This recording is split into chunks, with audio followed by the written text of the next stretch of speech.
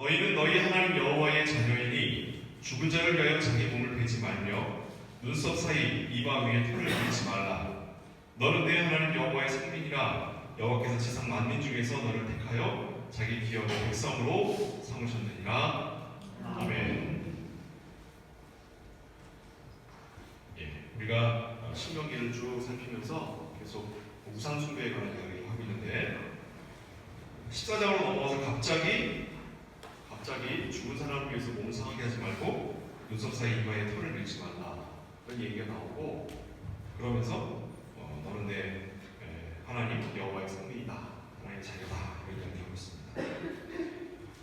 갑자기 분명히 바뀐 것 같은데 사실 그렇지 않습니다. 우상 숭배에 관한 아주 세부적인 내용들을 다루면서 14장에서는 두 가지 중요한 얘기가 나오는데, 하나는 우리의 몸을 상하지 않게 하는 거고, 두 번째는 짐승, 정한 짐승과 부정한 짐승에 관한 이야기를 이제 다음 주에 살피게 될 텐데, 오늘은 그 중에 첫 번째 예인 우리의 몸을 상하지 않는 것에 관한 이야기를 살피도록 해보겠습니다.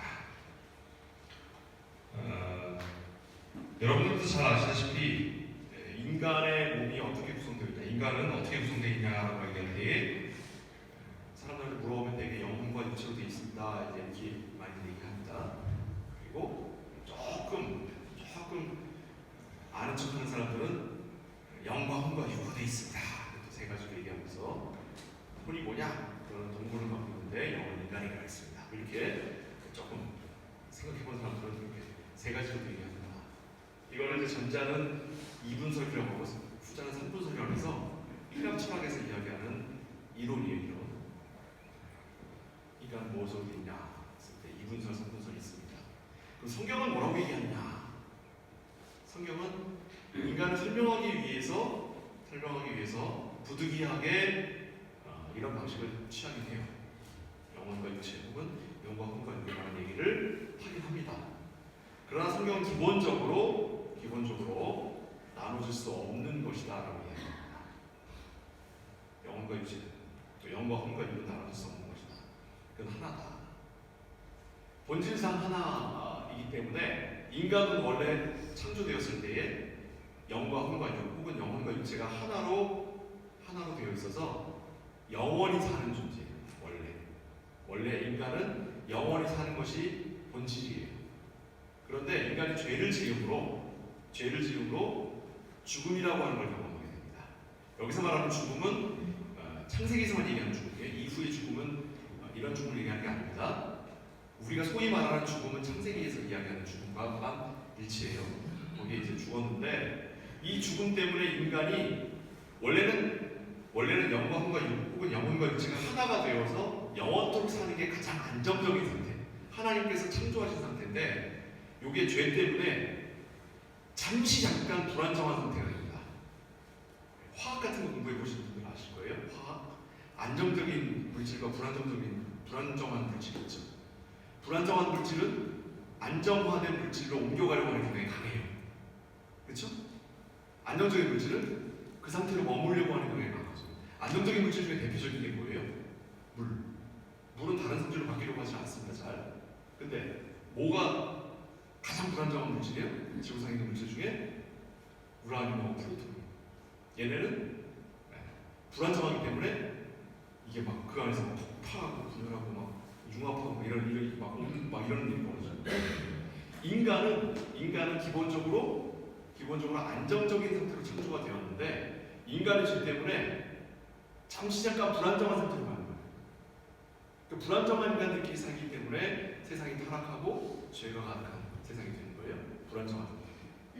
그러니까 우리가 불안정한 상태로 있다면 어떤 상태로 가려고 하겠습니까? 본능적으로 안정된 상태로 가려고 하겠죠. 그러니까 인간은 안정된 상태, 영원히 사는 것이 원래 안정된, 가장 보편적이고 가장 일반적인 상태인 거예요. 그러니까 지금 우리가 이 땅 가운데 살아가고 있는, 지금 우리가 살아가고 있는 이 세상이, 우리가 살아가고 있는 지금 이때가 우리의 영원한 생명에 대하여 잠시 잠깐, 아주 짧은 순간 불안정한 상태로 잠깐 머물러 있는 상태인 겁니다. 불안정과 안정은 뭐로 나눈다고 할까? 몸과 영혼이 영혼과 영혼이 떨어지려고 따로 이야기해야 되는 상태. 이런 거예요. 그러니까 우리가 죽음이라고 하는 것을 맞았을 때에도 죽음도 사실은 예수님께서 한 번도 이 죽음을 멸망이라는 형태로 얘기하시지 않고 잔다고 표현했어요. 잔다.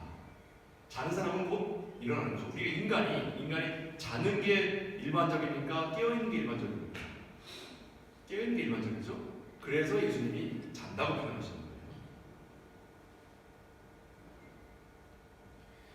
자, 그렇기 때문에 우리가 영혼과 육체가 다시 하나가 되는 때, 그때가 우리에게 있어서 너무도 당연한 때입니다.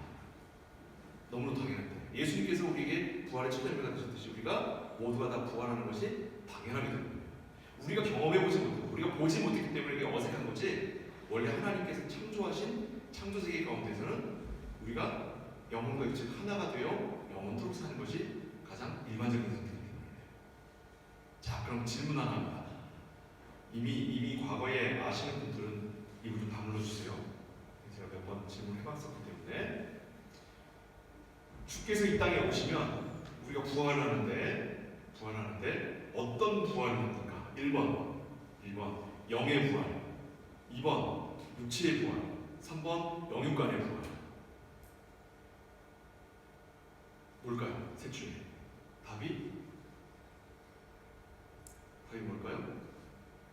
1번 영의 부활, 2번 육의 부활, 3번 영육간의 부활. 정답은 모르면 안 돼요. 모르면 안 되는 건데 여러분 큰일 났다. 이거 모르면 어떡해.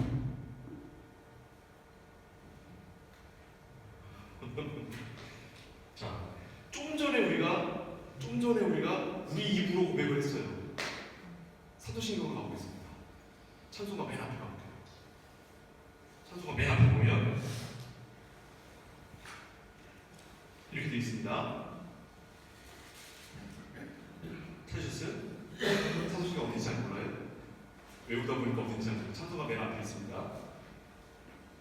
나는 성령을 믿으며, 따라하겠습니다. 입으로. 나는 성령을 믿으며 거룩한 공교회와 성도의 교제와 죄를 용서받는 것과 몸의 부활과 영생을 믿습니다. 아멘. 다시 질문합니다. 1번 영의 부활, 2번 몸의 부활, 3번 영육간의 부활. 이제 아시겠어요? 매주 여러분도 외우고 계시잖아요. 외우는데 왜 질문하고 답을 못해요? 왜? 수천 번은 더 했겠다. 뭔가 우리가 느낌이 왜 이런 줄 아십니까? 왜 몸의 부활이라는 말이 우리한테 어색하지 않으세요? 육체는 악한 거라고 생각하기 때문에 그래요. 영혼은 선한 거. 이게 어디서 온 거라고요? 이건 히랍철학에서 온 거예요. 이교적인 데서 온 건데 기독교적이 아니에요. 그럼 왜 우리가 아닌데 우리가 설교 때도 그렇게 들었고 바울도 고린도전서도 그러고 로마서에서도 육체는 나쁜 거고 몸은 나쁜 거고 영혼은 천분한 거라고 얘기했는데, 그러니까 우리가 성경을 너무 대충 읽는 거지. 성경을 읽을 때에 그걸 읽어놓고 느낌만 갖고 있는 거예요. 아 좋다, 아 위로가 된다, 아 은혜롭다. 그 느낌을 맞으려고 성경 읽는 게 아닙니다. 우리가 성경을 읽을 때에는 그 말씀이 의미하고 있는 바를 최소한 고등학교를 졸업한 사람들이라면, 국어 시간에 국어를 배운 사람들이라면 국어적으로는 이해할 수 있어야 되는 거 아니에요? 목사님이 해석해 줄 때까지 기다리고 있는 게 아니라 우리 국어 정도로는 이해할 수 있어야 되잖아요. 그렇죠? 네, 여러분 나중에 집에 가서 보세요. 로마서에서는 육에 속한 자와 영에 속한 자라고 얘기했지 육체와 영이라고 얘기 안 했어요. 육체에 속한 자는 뭐냐면 육체의 소욕에 속한 자, 몸이 하고 싶은 대로 하는 거예요. 영에 속한 자는 내가 그러면 안 돼라고 하는, 영혼과 정신의 마음을 그렇게 따르려고 하는 그러한 우리 마음 속에 양심과 윤리성을 영에 속한 자라고 얘기하는 거고, 거기 그걸 따라 행동하는 사람, 내가 몸이 하고 싶은 거, 몸이 하고 싶은 거 많잖아요. 그렇죠? 편하고 싶은 거, 자극적인 거 좋아하는 거, 맛있는 거 좋아하는 거, 이런 거. 오직 그것만 따라가는 사람들, 그걸 육체에 속한다라고 하는 것이지, 언제 육체가 악하고 영혼이 선하다고 얘기했습니까? 언제? 그렇게 얘기한 적 없어요. 그 소욕을 따라가는 자와 그 판단을 따라가는 자에 관한 이야기를 하는 것이지. 고린도전서 성경 한번 직접 가보겠습니다. 고린도전서 15장 42절에서 44절까지 말씀이에요.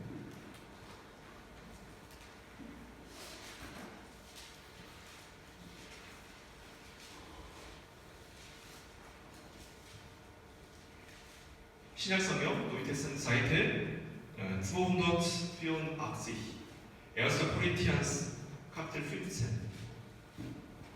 Verse 42 bis 44.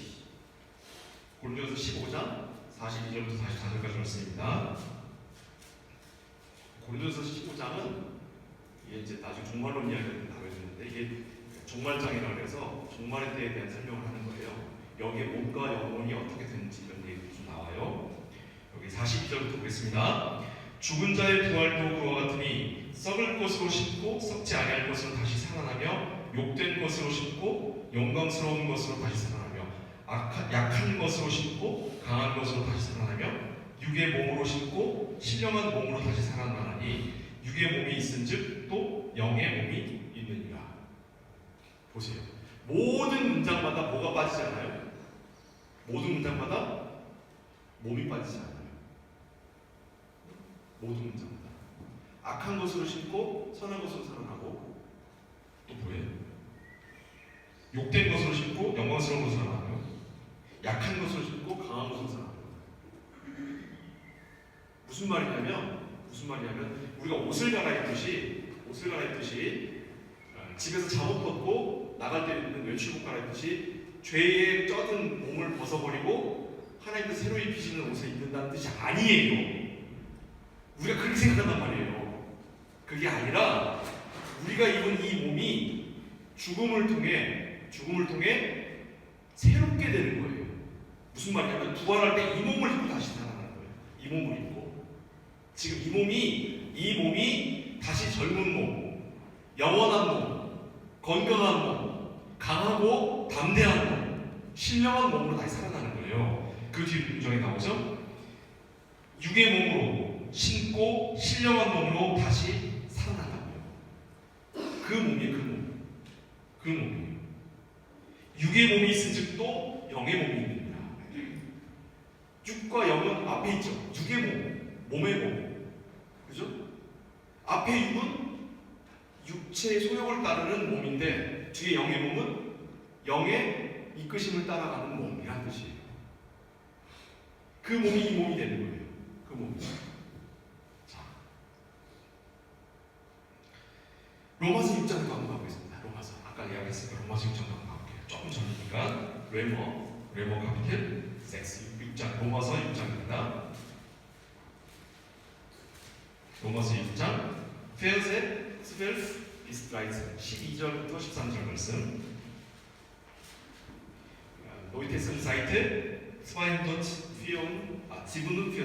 247년 로마서 6장 12절 13절 말씀이에요.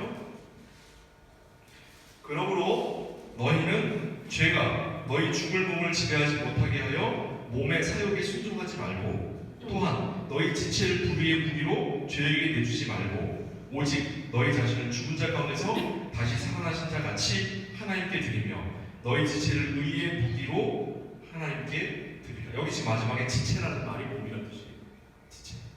지체라는 말이 이거 팔다리를 하나님의 의의 무기로 드리라고요. 우리가 이 팔다리를 어디다 씁니까?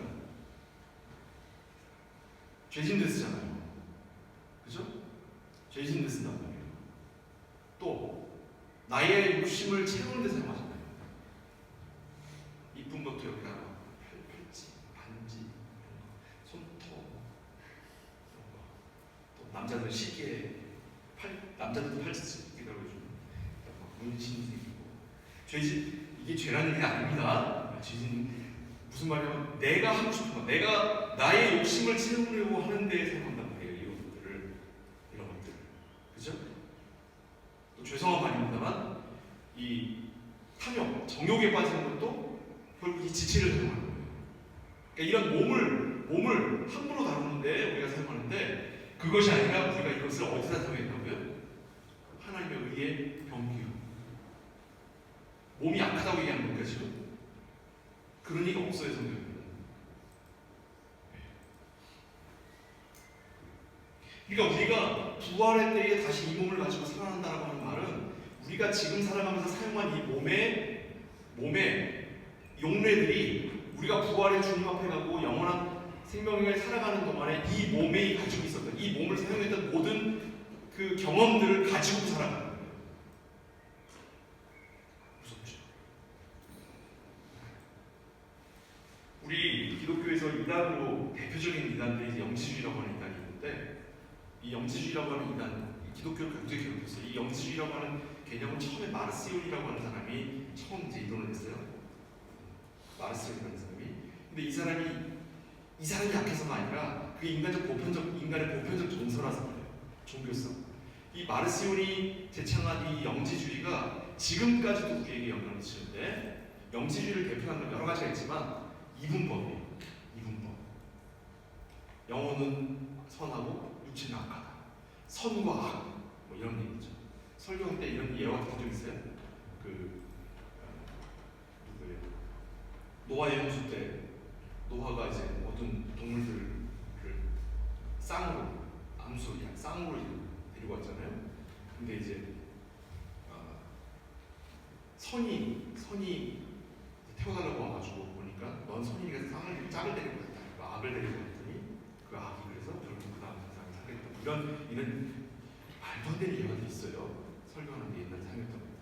또 뭐 무슨 그게 어디서 온 거냐면 판도라의 상자를 열었는데 거기서 막 나오다 맨 마지막으로 남아있는 게 뭐였다. 뭐 이런 얘기들을 해서 희락철학에서 영향을 받은 거예요. 다 이런 것들이. 자, 그런데 이와 같은 방식이 어디서부터 출발한 거냐면 이 이원론적인 영지주의에서 출발한 거예요. 기독교가 아닙니다. 기독교는 선과 악을 뚜렷하게 구별하고 있지 않아요. 예를 들어볼게요. 욥기 1장에 사탄이 하나님께 뭘 허락받죠? 욥을 시험한 것에 대해서 허락받잖아요. 그렇죠? 사탄이 지금 뭘 허락받고 있어요? 누구한테? 자기가 활동할 것에 대하여 하나님께 허락을 받고 있어요. 지금 다시 묻습니다. 선과 악이 대립적인 관계에 선과 악이 대등한 힘의 균형을 이루고 있어요? 기독교는 전혀 그렇지 않아요. 악이라고 하는 건 우리를 힘들게 하는 게 악이 아니에요. 우리가 하나님을 향하지 않고 나를 향하고 있는 것을 악이라고 하는 거예요. 그러니까 악이라고 하는 건 존재가 아니에요. 그건 경향이에요. 성향, 습관, 성향이에요. 성향. 내가 하나님으로부터 떠나려고 하고 나 자신만 관심 가지려고 하려고 하는 경향성이에요. 경향성. 기울기, 경향성이 경향성. 그래서 하나님께서 뭐라고 그러시냐면 거기서 죄에서 돌아서 가요. 돌아서 너를 바라보지 말고 하나님을 바라봐요. 이 기독교는 선과 악의 종교가 아닙니다. 이건 선의 종교예요. 그러면 악을 어떻게 표현할 수 있습니까? 여러 가지 표현을 보려고 노력을 했죠. 그래서 뭐라고 그러냐면 가장 보편적인 방법은 지구에서 선의 가장 중심에 하나님이 계시고 그리로부터 조금씩 멀어지는 동심원으로 해서 멀어지려고 하는 경향, 바깥으로 가려고 하는 경향이 인간의 죄성이라고 이야기해요. 그래서 사탄이라든가 악이라든가 무슨 귀신이라든가 또 뭐 있죠?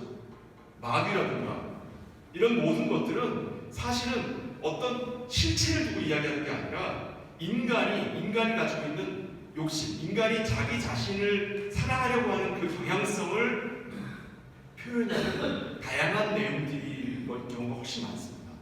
실체로 표현한 경우는 욥기에 한 군데밖에 없어요. 욥기 한 군데밖에.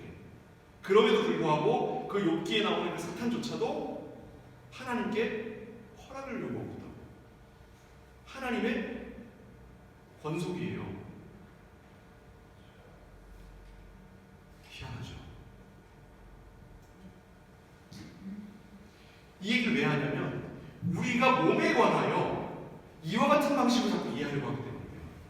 왜 왜 중요한 거냐면 나중에 예수 그리스도께서 성찬식에 참여하시는 방식에 대하여 카톨릭 교회와 루터 교회가 개신교회가 개혁교회가 다른 이유가 이 부분에 대한 오해 때문에 발전한 거예요. 그리스도를 이해하지 못해요. 그리스도를 이해하지 못하면 그다음 삼위일체 하나님을 이해하지 못해요. 한 분이시라고 하는 걸 이해 못해요. 세상에 어떻게 삼위일체를 행동하는데 우리 집에 아빠가 회사에서는 부장이고 집에서는 가장이고 엄마한테는 남편이라는 어떻게 그런 비유를 듭니까? 어떻게 하나님을 설명하는데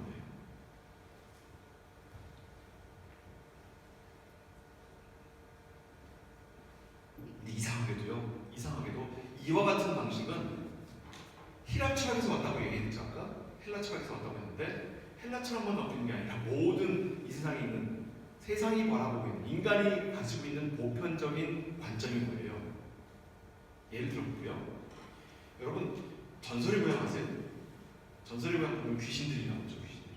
그 귀신은 뭐죠? 사람이 죽어서 곧장 천국이나 지옥을 가야 되는데 못 가고 이 땅을 떠돌아다니는 혼령이죠. 이 땅을 떠돌아다니는 혼령은 왜 못 가고 여기 돌아다녀요? 원한이 있습니다. 원한. 그 원혼이라는 원혼. 그 원혼들에 관한 이야기예요. 그게 말이 됩니까? 사람들이 원한을 갖고 있는 거지. 사람들이 원한을 갖고 있으니까 자기들이 가지고 있는 그 원한을 그런 영물에다가 있지도 않은 영물에다가 자기들이 덧입히는 거예요. 덧입히는 거. 그러니까 실제로 있지 않은데 어떤 기이한 현상이 제가 우리 아내랑 저녁에 넷플릭스를 지금 보고 있는데 마루에서 뭐가 툭 하고 떨어졌어요. 하필이면 무서운 장면 나오는데 툭 하고 떨어졌어요. 귀신 보면 어떡하나 이래요 안 그래요? 그러긴 뭐가 그래요. 내가 낮에 뭐 그걸 놨는데 탁자 위에다 잘못 놨겠지. 그래도 안 있네. 그럼 차를 타고 가다가 분명히 학이라 그러나? 이런 경우 많아요. 논 위에 학이 있으면 저 학보야 다른 사람이 안 보여. 저기 안 보여? 아니, 나 보이는데 오늘 귀신 같다. 아시죠? 영은 물체가 아니기 때문에 물질인 눈으로 감각될 수 없어요. 그걸 보았다면 눈에 무언가 이렇게 독극과 들킨 거예요. 영물로 어떻게 우리 눈은 물질입니다. 물질. 과학을 공부하시는 분들은 알겠지만 빛이 들어와서 홍채를 거쳐 거기에서 반사가 돼서 그걸 뇌로 신호를 보내야 뇌에서 인지했을 때 그게 눈에 보이는 거예요. 그럼 내가 실제하지 않은 것을 봤다라고 하는 건 여기에 문제가 생긴 게 아니라 여기에 문제가 생긴 거예요. 여기에 착각인 거예요. 착각. 이 신호 체계에 문제가 생긴 거예요. 안과를 가셔야지 왜 무당을 찾아가요? 왜? 그런 겁니다. 그러니까 우리가 두려워할 것은 이런 영물이 아니에요. 이와 같은 것들은 실제하지 않는 것을 사람들이 의미 부여를 해서 마치 그런 것처럼 만들어서 우리가 그걸 다 믿게 만드는 거지. 실제는 뭐냐면 실제는 성경이 우리에게 이야기하고 있는 것 이상의 것은 없다. 그러면 예수님께서 쫓아내신 그 군대 귀신은 뭡니까? 군대 귀신. 그거는요, 예수께서 자신의 권세를 그곳에 모인 사람들에게 보이기 위해 예수께서 비상적으로 사용하시는 방법인 거예요. 그게 우리에게 있어서 일반적으로 나타나는 방식이 아니라.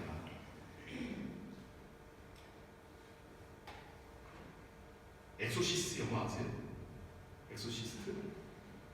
그 공포 영화 중에 아주 그 인류 역사상 가장 그 공포 영화 그 전에 하는 거 나오다가 갑자기 그게 그 영물이라고 하는 걸 실체로 보여주는 첫 번째 영화래요. 그 이후로 세상의 공포 영화의 방향성이 바뀌었어요. 엑소더스라는 영화가 있는데 그 엑소더스라는 영화는 실제로 뷰어츠북의 그 학생들 기숙사에서 벌어진 일을 모티브로 만든 영화예요.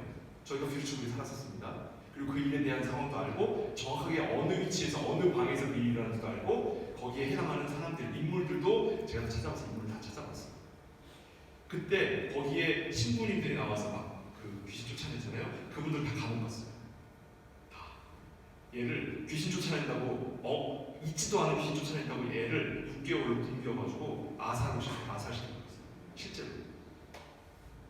물 뿌리고 막 불로 태우고 해가지고 실제로는 이게 학대였어요. 종교를 빌미로 한 학대였어요. 학대. 근데 그거를 귀신이라고 하는 걸 해서 영화로 모티브로 갖고 오는 거예요. 있지도 않은 거예요. 말도 안 되는 거예요. 여러분들 우리에게 있어서 이해하지 못하는 현상들이 일어나죠. 우리 주변에 그런 일들이 일어납니다. 근데 그와 같은 일들은요, 내가 이해하지 못하기 때문에 거기다 의미 부여하는 거예요. 그건 어디서 나온 거냐면 인간이 보편적으로 가지고 있는 종교성이에요. 인간이 보편적으로 가지고 있는 종교성은 예전에도 우리가 살폈듯이 그 종교성은 어디로 가냐면 금송아지로 가는 거예요. 하나님을 우리가 가지고 있는 종교성으로 새롭게 만들어버려요.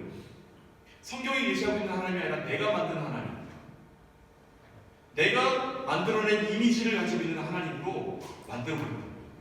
성경이 우리에게 가르치고 있는 그 하나님을 만나야 되는데 내가 만들어놓은 그 하나님을 주는 것을 성경이 우상숭배라고 합니다. 그리고 하나님께서 우리에게 이렇게 하라고 한 것을 따르지 않고 내가 이렇게 하는 것을 하나님 더 좋아하실 것이라고 내 느낌을 따라가는 것을 또한 우상숭배라고 우리가 계속 배웠잖아요. 그렇죠? 오늘 나오는 얘기가 바로 그 얘기예요. 몸을 상하게 한다. 그게 뭐냐면 있지도 않은 귀신을 섬기는 거예요. 있지도 않은 귀신. 우리 부모님이 저럴 때 내가 너무너무 슬퍼서 내 옷을 찢고 성경에도 나와요. 옷을 찢고 여기를 막 이렇게 막 상처를 내는 거예요.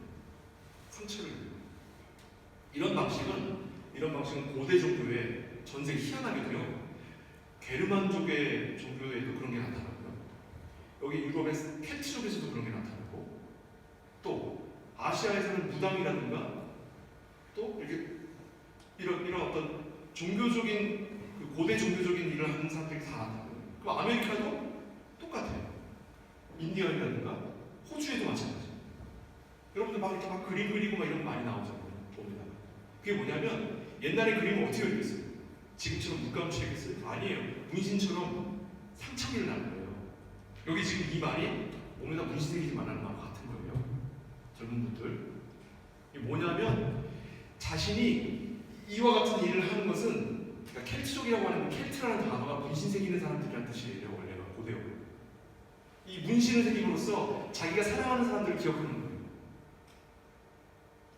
그 사람들이 이 문신을 새기면 언제든지 나와 함께 있을 거라고 생각하는 거지.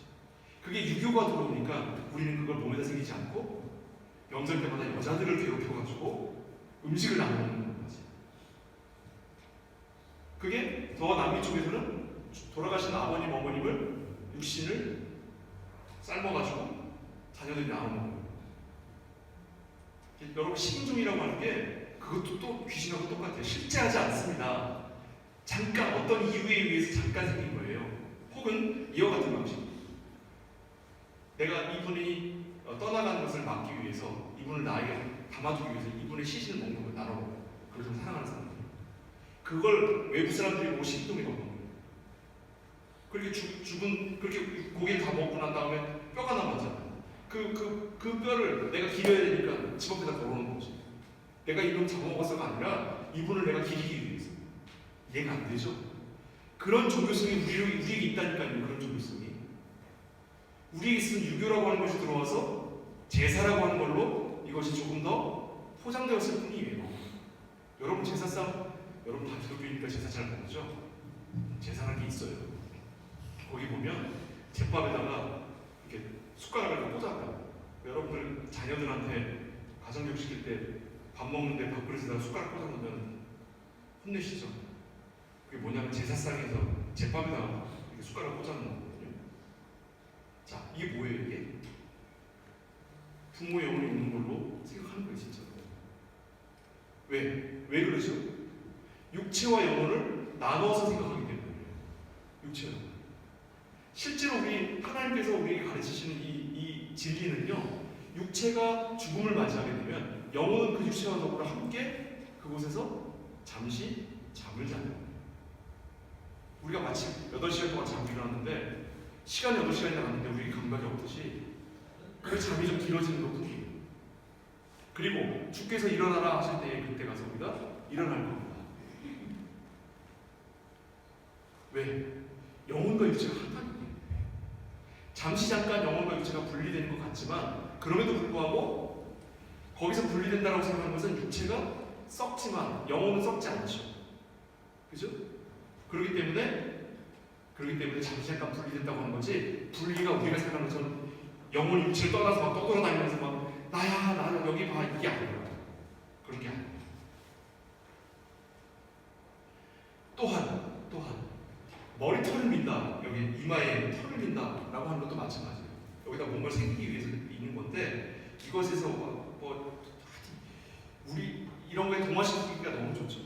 부모가 옛날에 무슨 뭐죠? 수지 부모, 신체 말고는 수지 부모라고, 그죠? 그런 것과 동화시켜서 한국 기독교는 여러 가지 면에서 기독교와 이런 면들이 잘 맞아요. 그 뜻이 아닙니다. 이거. 그런 뜻이 아니에요. 역시 털을 밀기 위해 오늘날의 면도기가 있기 때문에 면도칼이 있어서 잘 밀 수 있는데, 옛날에 털을 민다라고 하는 말 자체가 이미 몸에 문신색이 있는 거예요. 이게 밀리지가 않아요. 뭘로 밀었을 것 같아요, 털을? 방법이 없습니다. 면도칼이 개발된 게 19세기 말이에요. 그 이전에는 털을 깎을 수가 없어요. 자르는 거지. 근데 여기 털을 밀었다는 말은 피부를 긁어내는 거예요. 피부를 긁어낸다는 뜻입니다. 즉, 이와 같은 것들도 다 귀신을 숭배하는 것들이에요. 아니, 목사님, 우상이라고 하는 것도 실체가 아니고 그저 사람들이 만들어낸 것일 뿐이라면, 귀신도 목사님 좀 전에 얘기했잖아요. 그게 무슨 위험이 됩니까? 우상이 위험이 되기 때문에 하나님이 우상 섬기지 말라고 하는 게 아니에요. 우상은 없는 겁니다. 제우스 신이 있어요? 실제로? 부처가 진짜 있습니까? 여호와 하나님은 오직 한 분이신 하나님이시니 하나님 이외에 다른 신은 없단 말이에요. 그런데 다른 신들에 대하여 왜 성경은 경계하고 있냐? 아니요. 성경은 다른 신에 대해서 관심이 없어요. 귀신에 대해서 관심이 없습니다. 너희가 거기에 마음을 뺏기는 것에 관심이 있는 거예요. 우리가 거기에 마음을 빼앗겨 그곳에다가 숭배하는 행동을 하기 때문에 털미는 행동이 그와 같은 거라서.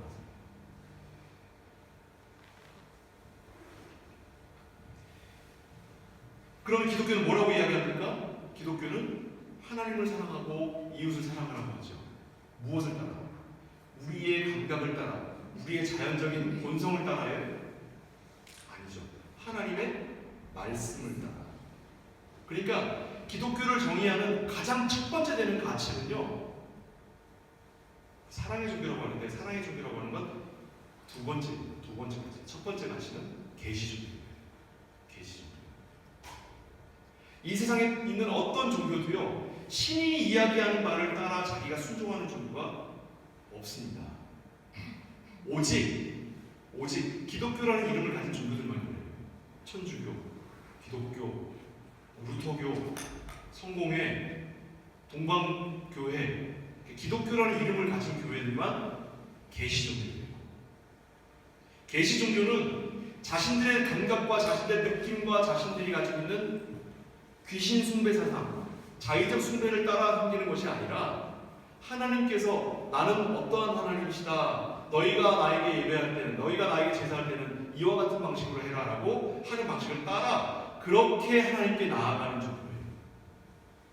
이것을 제외한 모든 것들은 다 우상이라고 하는데, 왜 우상이라고 하냐면, 이것을 벗어난 모든 것들은 다 내가 볼 때로 가기 때문에, 내가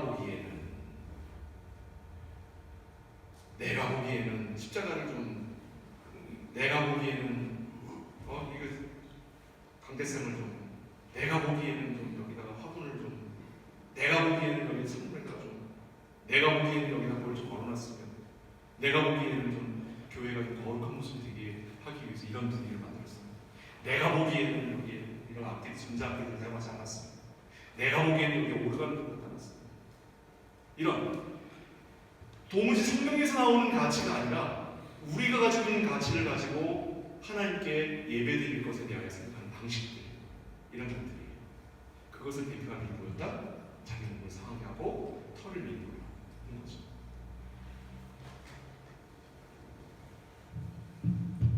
마태복음 5장 21절에서 22절 22절 말씀 제가 읽겠습니다. 옛사람에게 말한 바 살인치 말라. 누구든지 살인하면 심판을 받게 되리라 했다는 것을 너희가 들었으나 나는 너희의 이름이 형제에게 노하는 자마다 심판을 받게 되고 형제를 대하여 나가라 하는 자는 공에 잡히게 되고 미련한 놈이라 하는 자는 지옥불에 들어가게 되리라.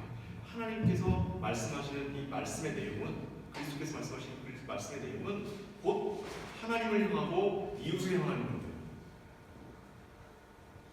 세상의 종교는 다 어디를 향해요? 나를 향하는 거죠. 나를 향하고 있어요.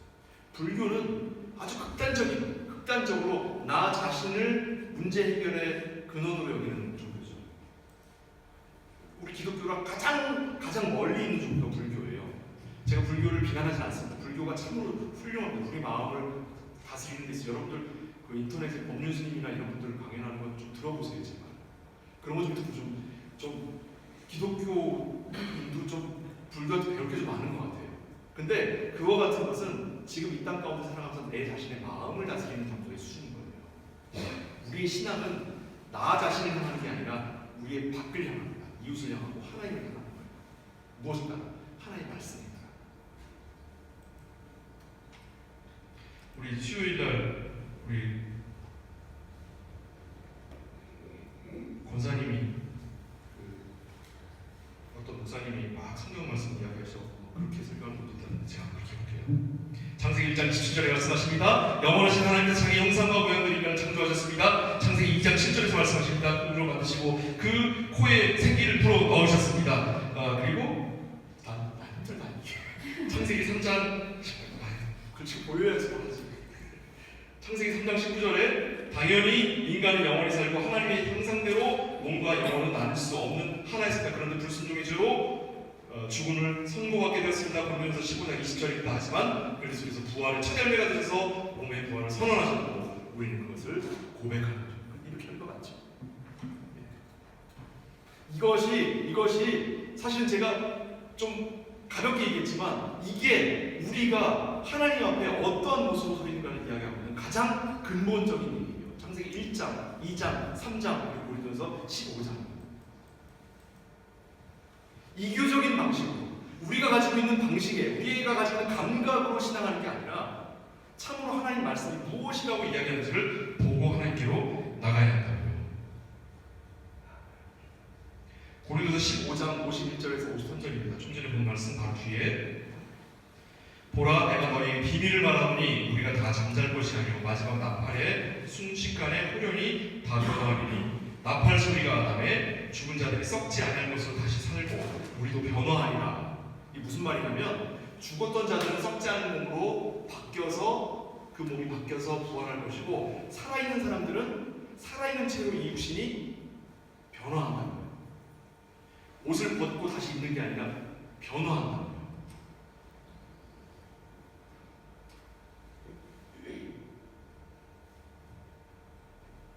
그래서 성경은 우리가 회의할 바에 관한 이야기를 자꾸 하는 거예요. 우리 육신이 우리 옛날 기독교의 이단 중에서 두 번째로 시작했던 이단은 뭐냐면 쾌락주의와 금욕주의예요. 이게 뭐냐면 인간의 육신은 악하고 영혼은 선하니까 육신을 함부로 다뤄도 된다. 그런 게 쾌락주의고 그 육신을 쳐서 복종시켜야 한다. 이게 금욕주의예요. 둘 다 똑같은 놈들이에요. 쾌락주의와 금욕주의가 반대인 것 같은데 둘 다 똑같은 놈들이에요. 육신은 악하다라고 하는 전제에서 나오고 이건 뭐다? 이건 이단입니다. 그래서 갈라디아서 5장 22절에 이렇게 얘기합니다. 오직 성령의 열매는 사랑과 희락과 화평과 오래 참음과 자비와 양성과 충성과 온유와 절제. 성령의 9가지 열매를 얘기했는데 이 9가지가 나에 관한 이야기입니까? 남에 관한 이야기입니까? 사랑, 대상이 있어야 돼요. 희락, 같이 좋아하는 거예요. 화평, 대상과 함께 평화를 누리는 거고요. 오래 참음, 그로부터의 핍박을 견뎌내는 거예요. 자비, 대상에게 나의 너그러운 마음을 보이는 거고요. 양성, 선함을 보이는 거. 누구한테 선함을 보이는 거? 나한테서요? 남들에게 선함을 보이는 거고. 충성, 남에게 내가 순종하는 거예요. 온유, 나 혼자 온유하면 뭐합니까? 사람들에게 온유한 마음을 푸는 거지. 그리고 절제, 요 절제가 좀 개인적인 것 같죠? 절제가 좀 내가 하고 싶은 걸 좀 참는 것 같죠? 그런데 이 여기서 말하는 절제는 사실은 뭘 얘기하는 거냐면 사랑의 기쁨, 증오의 마음, 이별의 슬픔, 행복의 즐거움, 그리고 더불어서 금지된 욕망에 관한 얘기예요. 이것도 대상에 관한 얘기입니다. 대상에 관한 얘기. 그것에 대한 절제들. 그러니까 우리 기독교는 함께 가는 종교입니다. 함께 가는 종교. 나 혼자 선을 이루고 나 혼자 진리를 깨달아서는 아무것도 없는 종교예요. 이 종교는, 이 기독교는요, 하나님이라고 하는 대상과 함께 가는 거고, 우리 하나님께서 택하신 백성인 우리 이웃들과 함께 가는 거예요. 그래서 두 번째 가지 사랑의 종교가 되는 거예요.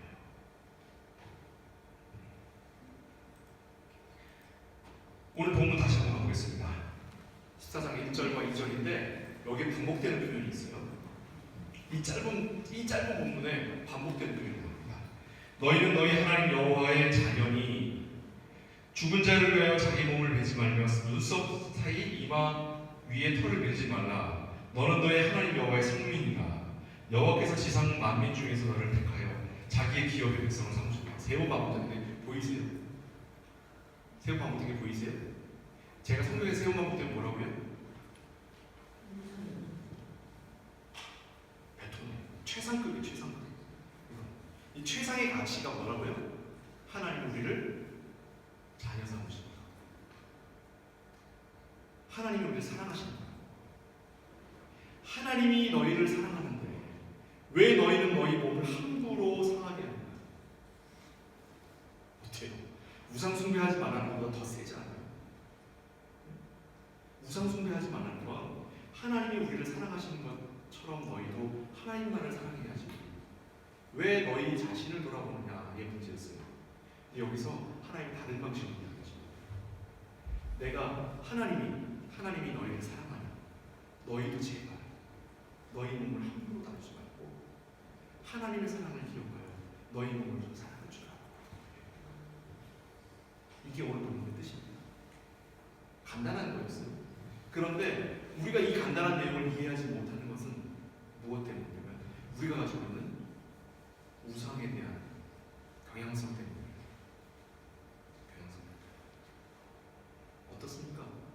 영혼과 육체는 분리될 수 없는 거예요. 이건 워낙 하나일 수밖에 없는 겁니다. 그런데 죄로 인하여 어찌할 수 없이 죽음이 우리 가운데 오는 바람에 이게 나무릴 수밖에 없었던 거예요. 그걸 이상적인 것으로 생각하지 마시기 바랍니다. 제발. 그래서 그리스도인들은 자살하면 안 되는 거예요. 자살하면 지옥 가기 때문이 아니라 하나님께서도 사랑하시는 이 육신을 우리가 어떻게 함부로 다뤄요? 사람이라면 이런 쪽으로 가는 거예요.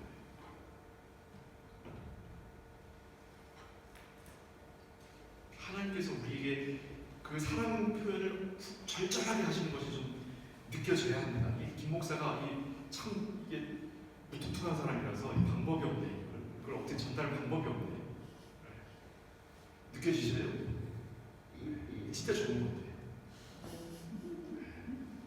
이게 언어의 분색함입니다.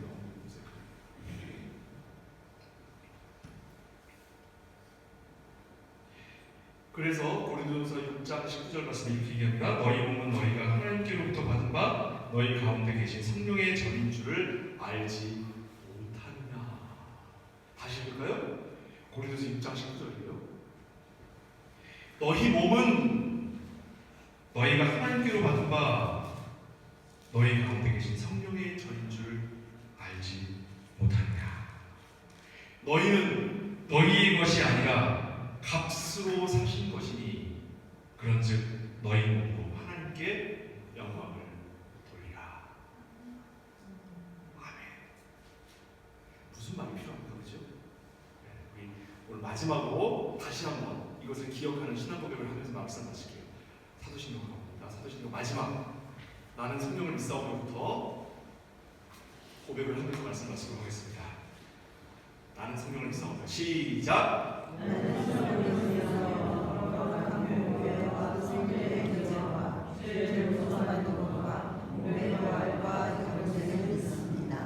아멘. 기도하겠습니다.